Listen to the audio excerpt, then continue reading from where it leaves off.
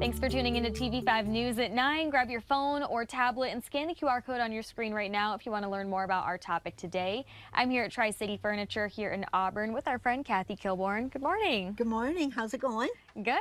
We're on this beautiful leather sofa. I was going to say, beautiful sofa we are on this morning. Kathy, many times we've talked about the inside construction of furniture pieces, especially American made. They tend to use steel coils, which you were showing us earlier, but are there any other types of construction that don't use steel?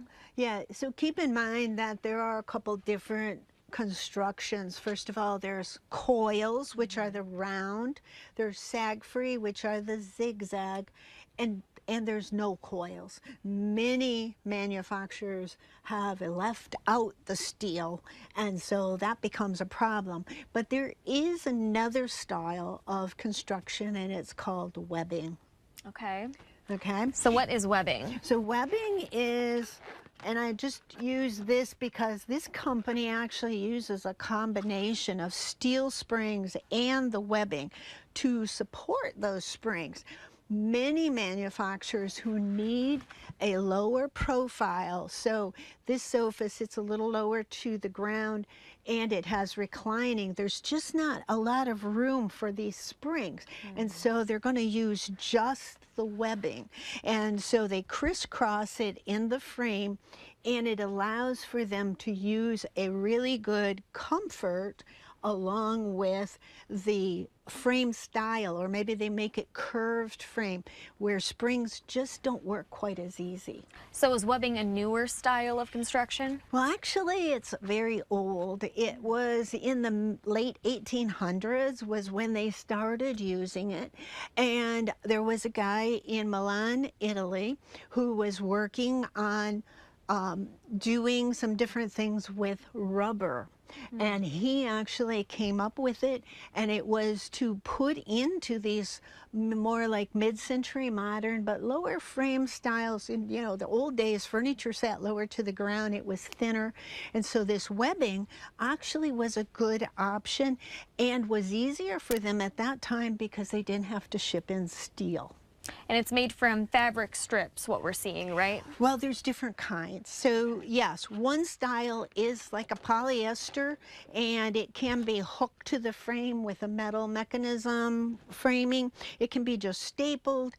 This one, they actually staple it in place and actually put a metal band with it.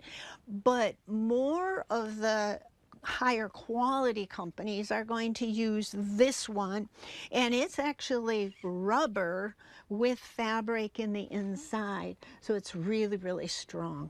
Interesting.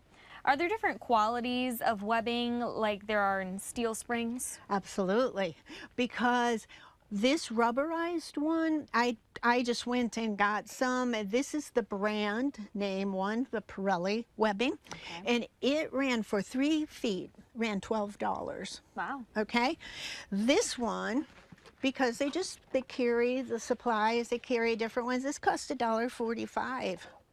So just in the cost of these kind of products, when you're using this, and this is small for a seat, you can understand there's going to be more of it. That construction is much more costly if you're using the good stuff. And why would people want to use webbing instead of steel coils? Well, it's been used in low end, but it's mostly in high end. The reason they like this webbing is it doesn't take up so much space. It works with reclining, but it gives a really super feel because this rubberized product will stretch when you sit in it, and then it comes back. So the comfort of it is really, really nice, and you're not dealing with a spring issue. They're very easy to put in and to replace if you have issues. Is there one specific brand you would recommend? Well, the Pirelli is the original. It's the good stuff. There's a lot of other companies making all different variables, and keep in mind with furniture, there's always a way to make it cheaper. So they may say it's webbing, but if they're not using the Pirelli name for the brand of webbing they're using, then you're buying a lower quality.